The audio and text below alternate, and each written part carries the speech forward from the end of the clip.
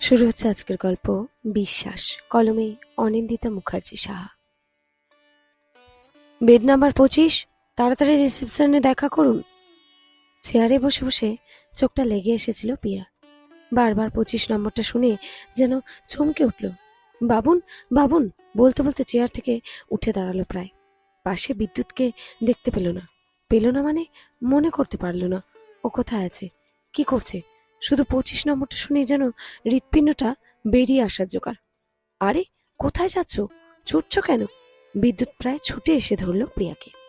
আলু থালু জামা কাপড়, চোখের নিচে কালি, চুলে বহুদিন যেন জল তেল কিছুই পড়েনি। শুধু প্রিয়া কেন, বিদ্যুতের অবস্থাও একই। বিদ্যুৎ 25 নম্বর বলে ডাকছে। বাবুন বাবুন কি মরে গেল? মরে গেল না তো? ভয়ে প্রায় কুঁকড়ে গেছে প্রিয়া। কত সহজে মরে গেছে কথাটা মুখ দিয়ে বেরিয়ে গেল। আসলে মানুষ যখন দিনের পর দিন একই আতঙ্কের মধ্যে বাঁচে, তখন সবচেয়ে ভয়ঙ্কর আশঙ্কাটাকে সত্যি বলে ধরে নিতে শেখে। বিদ্যুৎ দুহাতে প্রিয়ার কাঁধ চেপে ধরল। পাগল হয়েছ নাকি? এমন কথা মুখে আনবে না, চলো দেখি কেন রাখছে। দুজন প্রায় দৌড়ে পৌঁছালো রিসেপশনের সামনে। রিসেপশনে মেয়েটি মাথা তুলে বলল, বেড নাম্বার 25 রোগীর জন্য এই ইঞ্জেকশনটা এখনই বাইরে থেকে নিয়ে আসতে হবে। হাসপাতালে স্টকে নেই, যত তাড়াতাড়ি সম্ভব আনুন।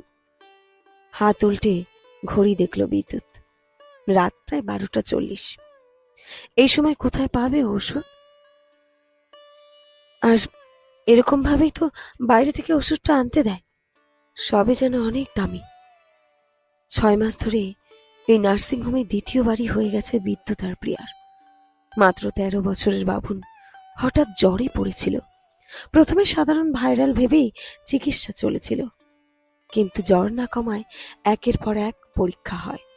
শেষ পর্যন্ত রিপোর্টে ধরা পড়ে অ্যাকিউট লিম্ফোব্লাস্টিক লিউকেমিয়া, রক্তের ক্যান্সারেরই একটি ধরন। ডাক্তার সেরকমই বলেছিলেন ওদের। প্রাইভেট কোম্পানির অ্যাকাউন্টস বিভাগে কাজ করে বিদ্যুৎ। খুব সাংঘাতিক আয় নয়, এমন বড়লোকি রোগ সামলানোর মতো আয় তো নয় বিদ্যুতের। গত পরশু কেমোর পর হঠাৎ একজন নার্স প্রেসক্রিপশন দিয়ে বললেন ওষুধটা এনে দিতে। বিদ্যুতের পকেটে তখন 4,000 টাকা।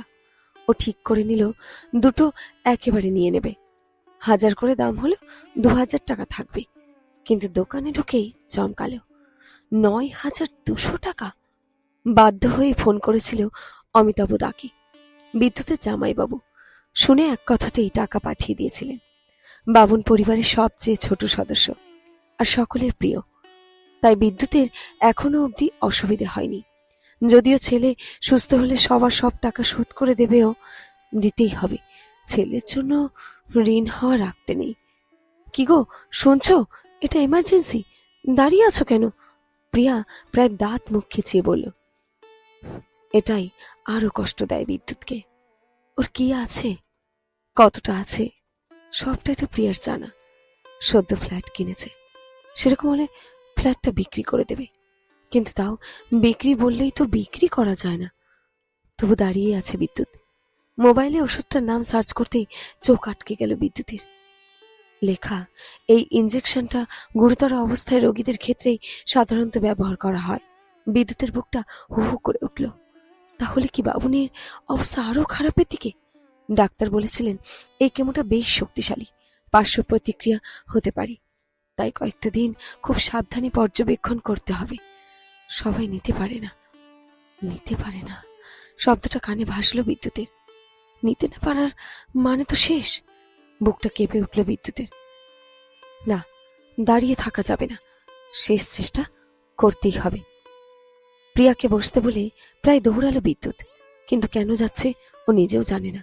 পকেট মেরে কেটে ওই 1,000-1,200 টাকা আর অ্যাকাউন্টে 1,003। এই রাতে কাকে ফোন করে টাকা চাইবে ও? পার্কিং এর সামনে কাচের মন্দিরটা বেশ প্রিয় বিদ্যুতের। রোজই বাইক পার্ক করার সময় তাকায় জগন্নাথের মূর্তির দিকে, নমস্কার করে। কিন্তু কিছুই চায় না বিদ্যুৎ। কি হবে যে? এই রোগ কি রাতারাতি ঠিক হওয়ার? ঠিক হওয়ারই নয়, বেকার ঠাকুরকে ডেকে তাকে দোষারোপ করা। বিদ্যুৎ জানে কর্মফলের থেকে মারাত্মক কিচ্ছু হয় না। তাড়াতাড়ি বাইকে স্টার্ট দিল বিদ্যুৎ। শ্যামবাজারের এই দোকানটা সারা রাত খোলা থাকে। প্রায় সব ওষুধই এখানে পাওয়া যায় বলেই খোলা রাখে। বাইকের গতি বাড়ালো বিদ্যুৎ। কিন্তু হলে কি হবে, ওষুধ কিভাবে আসবে সেটা নিজেও জানে না। বারবার ফোনটা দেখছে বিদ্যুৎ, না কেউ উত্তর দেয়নি।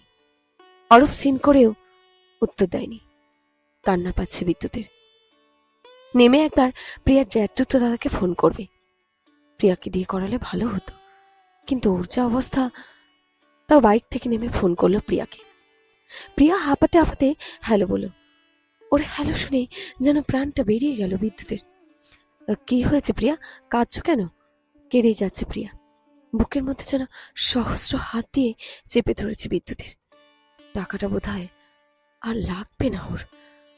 বাইক ধরে বসে পড়ল। বিদ্যুৎ বিদ্যুৎ বাবুর মা বলে ডাকলো।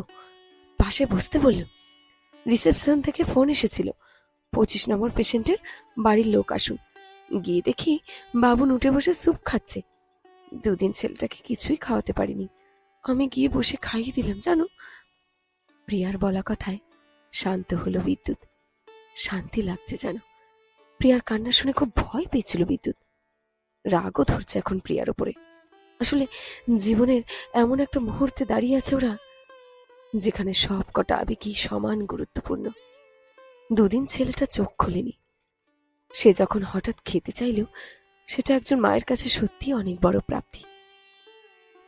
একটা কথা বলবো? প্রিয়া জিজ্ঞেস করতেই বিদ্যুৎ বলল, বলো। টাকার জন্য তো আমি ওর পাশের বেডটা নিইনি, তুমি একটু টাকা জোগাড় করে ওর পাশের বেডটা নেবে। বিদ্যুৎ চুপ করে রইল। আমার নামই নার্সিং হোম, কেমোর খরচ, সঙ্গে বেড, তারপর তো ওষুধ রয়েছে, আবার একটা বেড, সেক্ষেত্রে কেবিন নিতে হবে। বাইকের উপর হাত রেখে এসব হিসেবে করছিল বিদ্যুৎ। প্রিয়া আবেগে ভেসে যেতে পারে, কিন্তু বিদ্যুৎ তা পারে না। বাইকটা ঠিক করে দাঁড় করানো হয়নি, প্রায় গায়ের উপর পড়ে যাচ্ছিল। সোজা করতে করতে মনে হলো বাইকটা বিক্রি করলেও তো কিছুদিন চলবে, অন্তত এই কেমোর পার্শ্ব প্রতিক্রিয়াগুলো কাটিয়ে ওঠার সময়টা। বাইকটার গায়ে হাত বোলাতে লাগলো বিদ্যুৎ। একবার, দুবার, কিন্তু ছেলের থেকে তার দাম কম। ভাবনাটা আসতেই মনটা শান্ত হলো। দরকার পড়লে ওষুধ কিনে বলবে, বাইকটা নিয়ে নিতে। কিন্তু এত রাতেও ফিরবে কি করে? একটা ক্যাব করে নেবে, সেই টাকাটা তো পকেটেই আছে। ভেবেই বুক ফুলিয়ে দোকানে ঢুকতে যাবে, দেখলো একজন বয়স্ক লোক হন্তদন্ত হয়ে বেরিয়ে গেল, যেন চুরি করে বেরোচ্ছে। তাড়াহুড়োয় হাত থেকে একটা প্লাস্টিকের প্যাকেট পড়ে গেল। প্যাকেটটা তুলেই বুঝলো বিদ্যুৎ, এতে অনেক টাকা। কত জানে না ও, তবে অনেকগুলো বান্ডিল। বিদ্যুৎ পিছন পিছন ছুটল। লোকটা ঝড়ের বেগে বেরিয়ে গেল।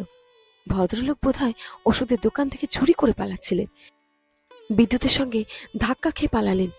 বিদ্যুৎ কিছুটা গিয়ে ডাকতেই ভদ্রলোক গোল গোল চোখ করে বললেন, এটা এটা আমার না। কি সাংঘাতিক চোখ দুটো! ভয় লাগলো বিদ্যুতের। আর কথা বাড়ালো না। বিদ্যুৎ এড়িয়ে যাবে ভেবেও প্যাকেটটা খুলে ফেলল। 500 টাকার 2টো বান্ডিল। এক একটা 20টা করেও যদি 500 টাকার নোট থাকে, তাহলে 20,000, বেশিও হতে পারে। কি করবে বিদ্যুৎ? পালাবে? অন্য দোকানে যাবে? নিজেকে ধমকালো বিদ্যুৎ। ছেলেটা এমন মৃত্যুর সঙ্গে লড়ছে, এই সময় পাপ করলে ভগবান কখনো ক্ষমা করবে না। আর ওর পাপের শাস্তি ছেলেটাকে যে পেতে হবে। কর্ম কাউকে মুক্তি দেয় না। একবার পিছনে ঘুরে দেখল, লোকটা ত্রিসীমানায় নেই। এমন বয়স্ক মানুষ যেন ঝড়ের বেগে দৌড়ে পালালেন। ওই যে ভয়, চুরি করে ধরা পড়ার ভয়। টাকাগুলো ভেতরে গিয়ে দিয়ে দেবে ভেবেই ঢুকলো। দোকান একদম ফাঁকা। 3জন ছেলে বসে টিভিতে সিনেমা দেখছে। কি নেবেন দাদা? জিজ্ঞেস করতেই বিদ্যুৎ থমকালো। তারপর ওষুধের নামটা বলতেই ছেলেটা আনতে গেল। বিদ্যুৎ এবার জিজ্ঞেস করেই ফেলল, এইমাত্র সাদা গেঞ্জি পরা একজন এই দোকান থেকে বেরোলেন, উনি কি ওষুধ কিনতে এসেছিলেন? 2জন ছেলে অবাক হয়ে তাকালো। তারপর বলল, কেউ আসেনি তো। বরং আজ 11টার পর থেকে আপনিই প্রথম কাস্টমার। বিদ্যুতের মনে পড়ল বাইকটা নার্সিংহোমে পার্কিং থেকে বের করার সময় নির্মল, সুদেব আর অরূপকে টেক্সট করলো। যদি কেউ দেখে, প্রিয়ার আত্মীয়, বিদ্যুতের আত্মীয় সবার থেকে মোটামুটি টাকা নেওয়া হয়ে গেছে বিদ্যুতের। নির্মলরা ওর অফিসের সহকর্মী, ওরাও টাকা তুলে দিয়েছে বিদ্যুৎকে। চাইতে লজ্জা লাগলেও কিছু করার নেই বিদ্যুতের। কান্না পাচ্ছে ওর। অসহায় বাবার জ্বালা কি যে সাংঘাতিক। বিদ্যুৎ অবাক, কি বলছে এরা? ও তো পরিষ্কার দেখলো, ধাক্কাও খেলো। সিসিটিভিতে দেখতে বলবে ভাবছে বিদ্যুৎ। কর্মচারীরা হয়তো টিভি দেখতে এতটাই ব্যস্ত ছিল যে খেয়াল করেনি। টাকার প্যাকেটটাও দিতে যাবে, হঠাৎ নজরে পড়ল দোকানের ছোট্ট সিংহাসনে জগন্নাথ দেবের মূর্তিটা। চোখ দুটো নজরে আসতেই বিদ্যুতের বুকটা কেঁপে উঠল। সিংহাসনে বসে থাকা জগন্নাথ দেবের বড় বড় গোল চোখের দিকে তাকাতেই মনে হলো এই চোখ, ঠিক এই চোখ দুটোই তো একটু আগে সেই বৃদ্ধের মুখে চোখে দেখেছিল। গাটা শিউরে উঠল। একটু আগেও নার্সিংহোমের মন্দিরে দেখলো একই চোখ। তারপরেই খবর পেল বাবন উঠে খাচ্ছে। তাহলে সবটাই কি কাকতালীয়? 10,700 কাউন্টারের ছেলেটা বলতেই আর দ্বিধা করল না বিদ্যুৎ। প্লাস্টিকের প্যাকেট থেকে টাকাটা বের করে দিল। ওষুধটা নিয়ে নার্সিংহোমে ফিরতে ফিরতে বিদ্যুতের বারবার মনে পড়ছিল সেই গোল গোল চোখ দুটো। ইঞ্জেকশন সহ নির্ধারিত চিকিৎসা চলতে থাকলো। পরের কয়েকদিনে ধীরে ধীরে বাবুনের অবস্থার উন্নতি হতে শুরু করলো। রিপোর্টও আগের তুলনায় অনেকটা ভালো এলো। ডাক্তারও বেশ খুশি হয়ে বললেন চিকিৎসায় ভালো সাড়া দিচ্ছে। সেদিন রাতে বাড়ি ফেরার আগে বিদ্যুৎ আবার সে কাচের মন্দিরটার সামনে দাঁড়ালো। অনেকক্ষণ চুপ করে জগন্নাথ দেবের চোখের দিকে তাকিয়ে রইল। তারপর পকেট থেকে প্লাস্টিকের প্যাকেটটা বের করলো। ভেতরে বাকি টাকা, সঙ্গে একটা ছোট্ট তুলসী পাতা পড়ে আছে। বিদ্যুতের আর বুঝতে বাকি রইল না, যাকে সাদা গেঞ্জি পরা এক বৃদ্ধ ভেবেছিল তিনি কোনো সাধারণ মানুষ ছিলেন না। চোখ দিয়ে টপ টপ করে জল পড়তে লাগলো। দুহাত জোর করে শুধু বলল, আমি তো কিছু চাইনি ঠাকুর, তবু তুমি সব বুঝে নিয়েছিলে। দূরে কেবিনের ভেতর থেকে ভেসে এলো বাবুনের হাসির শব্দ। সেই হাসির মধ্যেই বিদ্যুতের মনে হলো যেন কেউ মৃদু স্বরে বলছেন, হ্যাঁ রে, ভক্তকে যে আমি কখনো একা ছেড়ে দিই না রে। জয় জগন্নাথ, জয় জগন্নাথ। শেষ হলো আজকের গল্প বিশ্বাস। গল্পটা বাস্তব নাকি অবাস্তব সেটা মানুষের ভাবনার বিশ্বাসের উপর। আমি শক্তিকে বিশ্বাস করতে ভালোবাসি, বাকি তো কর্ম। সবাই ভালো থাকুন।